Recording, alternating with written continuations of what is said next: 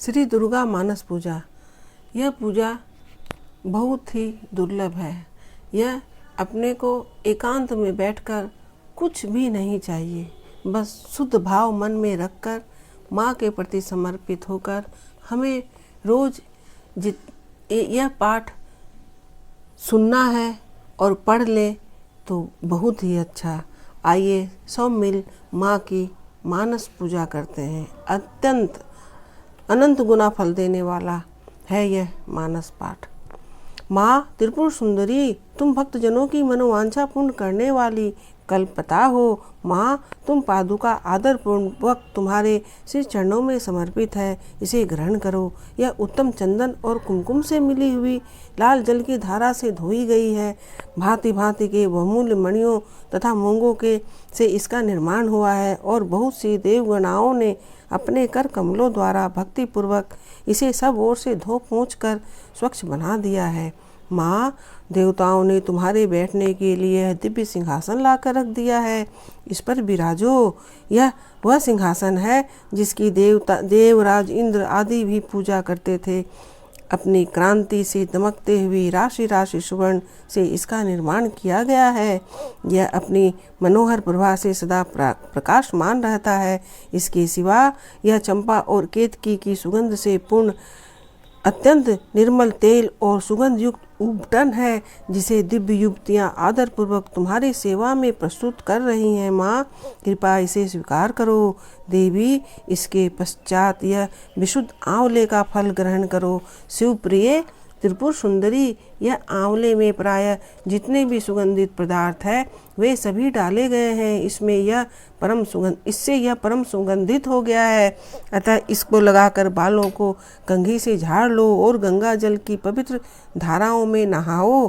तदंतर यह दिव्य गंध सेवा में प्रस्तुत है। यह तुम्हारे आनंद की वृद्धि करने वाला हो। संपत्ति प्रदान करने वाली वरदायिनी त्रिपुर सुंदरी, यह सरस शुद्ध कस्तूरी ग्रहण करो। इसे स्वयं देवराज इंद्र की पत्नी महारानी सची अपने कर कमलों में लेकर सेवा में खड़ी है। इसमें चंदन कुमकुम तथा अगुरु का मेल होने से और भी इसकी शोभा बढ़ गई है। इससे बहुत ही अधिक गंध निकलने के कारण यह बड़ी मनोहर प्रतीत होती है। माँ श्री सुंदरी, यह परम उत्तम निर्मल वस्त्र सेवा में समर्पित है। यह तुम्हारे हर्ष को बढ़ावे।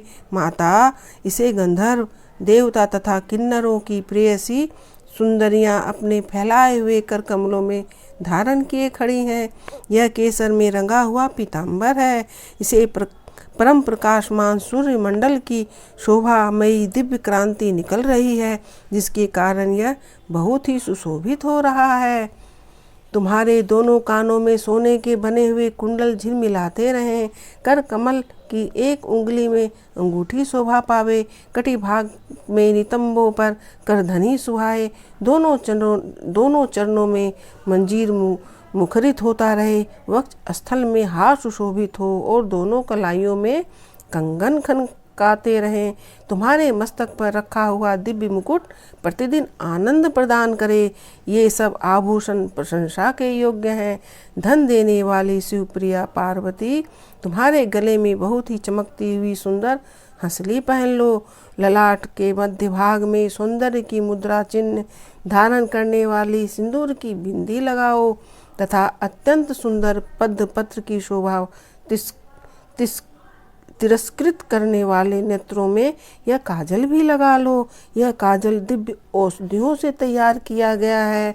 पापों का नाश करने वाली संपत्ति दायिनी त्रिपुर सुंदरी, अपने मुख की शोभा निहारने के लिए दर्पण ग्रहण करो।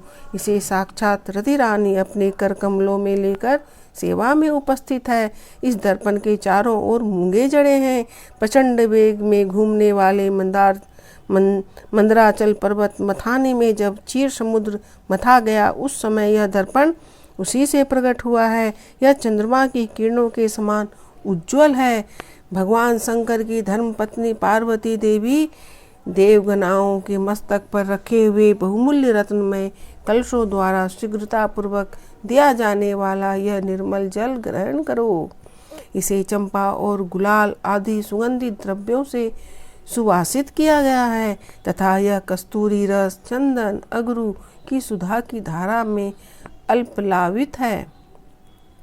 मैं कहार, उत्पल, नाकेसर, कमल, मालती, मल्लिका, कुमुद, केतकी और लाल कनेर आदि फूलों से सुगंधित पुष्पमालाओं से तथा नाना प्रकार के रसों की धारा से लाल कमल के भीतर निवास करने वाली श्री चंडी देवी की पूजा करता हूँ।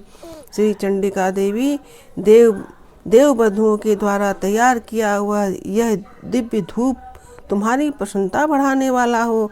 यह धूप रत्नमय पात्र में जो सुगंध का निवास स्थान है रखा हुआ है, यह तुम्हें संतोष प्रदान करे। इसमें जटामासी, गुगुल, चंदन, अगरू चूर्ण, कपूर, शिलाजीत, मधु, कुमकुम तथा घी मिलाकर उत्तम रीति से बनाया गया है। देवी त्रिपुर सुंदरी, तुम्हारी प्रसन्नता के लिए यहाँ दीप प्रज्वलित हो रहा है। यह घी से जलता है। इसकी दियट में सुंदर रत्न का डंडा लगा है। इसे देवगनाओं ने बनाया है। यह दीपक सुवर्ण के पात्र में जलाया गया है। इसमें कपूर के साथ बत्ती रखी है। यह भारी से भारी अंधकार का भी नाश करने वाला है। श्री चंडिका देवी, देवबंधुओं ने तुम्हारी प्रसन्नता के लिए यह दिव्य नैवेद्य तैयार किया है। इसमें अघनी के चावल द्वारा स्वच्छ भात है जो बहुत ही रुचिकर और चमेली की सुगंध से वासित है। साथ ही हींग, मिर्ची और जीरा आदि से सुगंधित दिव्यों से छौंक बघार कर बनाए हुए नाना प्रकार के व्यंजन भी हैं। इसमें भांति भांति के पकवान, खीर, मधु, दही और घी का भी मेल है। माँ, सुंदर रत्नमय पात्र में सजा कर रखा हुआ यह दिव्य तांबूल अपने मुख में ग्रहण करो। लवंग की कली चुभोकर इसमें बीड़े लगाए गए हैं, अतः बहुत सुंदर जान पड़ते हैं। इसमें बहुत से पानों के पत्तों का उपयोग किया गया है। इन सब बीड़ों में कोमल जावित्री, कपूर और सुपारी पड़े हैं। यह तांबूल सुधा के माधुर्य से परिपूर्ण है। महात्रिपुर सुंदरी माता, तुम्हारे सामने यह विशाल एक दिव्य छत्र प्रकट हुआ है। इसे ग्रहण करो। यह सर्त काल में चंद्रमा की चटकीली चांदनी के समान सुंदर है। इसमें लगे हुए सुंदर मोतियों की झालर ऐसी जान पड़ती है मानो देवनगरी गंगा का स्रोत ऊपर से नीचे गिर रहा हो। यह छत्र सुवर्णमय दंड के कारण बहुत शोभा पा रहा है। माँ सुंदरी, स्त्रियों के हाथों से नित्य डुलाया जाने वाला यह श्वेत चवर जो चंद्रमा और कुंदन के समान उज्जवल तथा पसीने के कष्ट को दूर करने वाला है, तुम्हारे हर्ष को बढ़ावे। इसके सिवा महर्षि अगस्त्य, वशिष्ठ, नारद, शुक, व्यास आदि तथा वाल्मीकि मुनि अपने अपने चित्त में जो वेद मंत्रों के उच्चारण का विचार करते हैं, उनकी वह मन संकल्पित वेद ध्वनि तुम्हारे आनंद की वृद्धि करे। स्वर्ग के आंगन में वेणु, मृदंग, शंख तथा भैरी की मधुर ध्वनि के साथ जो संगीत होता है तथा जिसमें अनेक प्रकार के कोलाहल का शब्द व्याप्त रहता है, वह विद्याधरी द्वारा प्रदर्शित नृत्य कला तुम्हारे सुख की वृद्धि करे। देवी, तुम्हारे भक्तिमय रस से भावित इस पद्ममय स्रोत में यदि कहीं से भी कुछ भक्ति का लेस मिले तो उसी से प्रसन्न हो जाओ। माँ, तुम्हारी भक्ति के लिए चित्त में जो व्याकुलता है वही एकमात्र जीवन का फल है।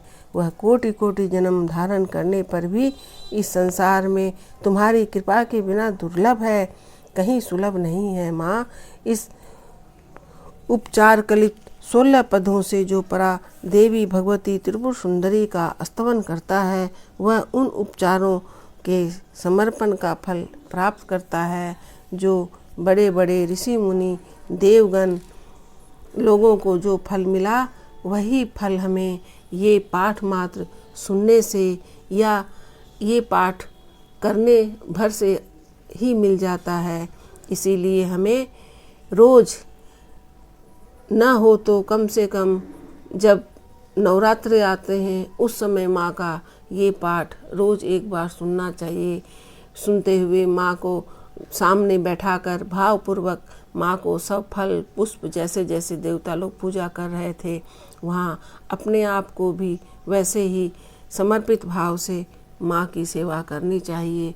माँ तो सब तरह से अपने बच्चों से राजी है। भावपूर्वक इसकी हुई पूजा से, इसे मानस पूजा कहते हैं, इस पूजा का फल हमें बहुत ही फलदायी मिलता है। ये जन्म तो सुधरता ही है, अगले जन्म में हम माँ के उच्च कोटि के भक्त होकर पैदा होते हैं और माँ हमें उसी घर में पैदा करती है जिस घर में सब चीज़ हमें सुलभता से मिल जाए और हम माँ की सेवा आनंद पूर्वक कर सकें।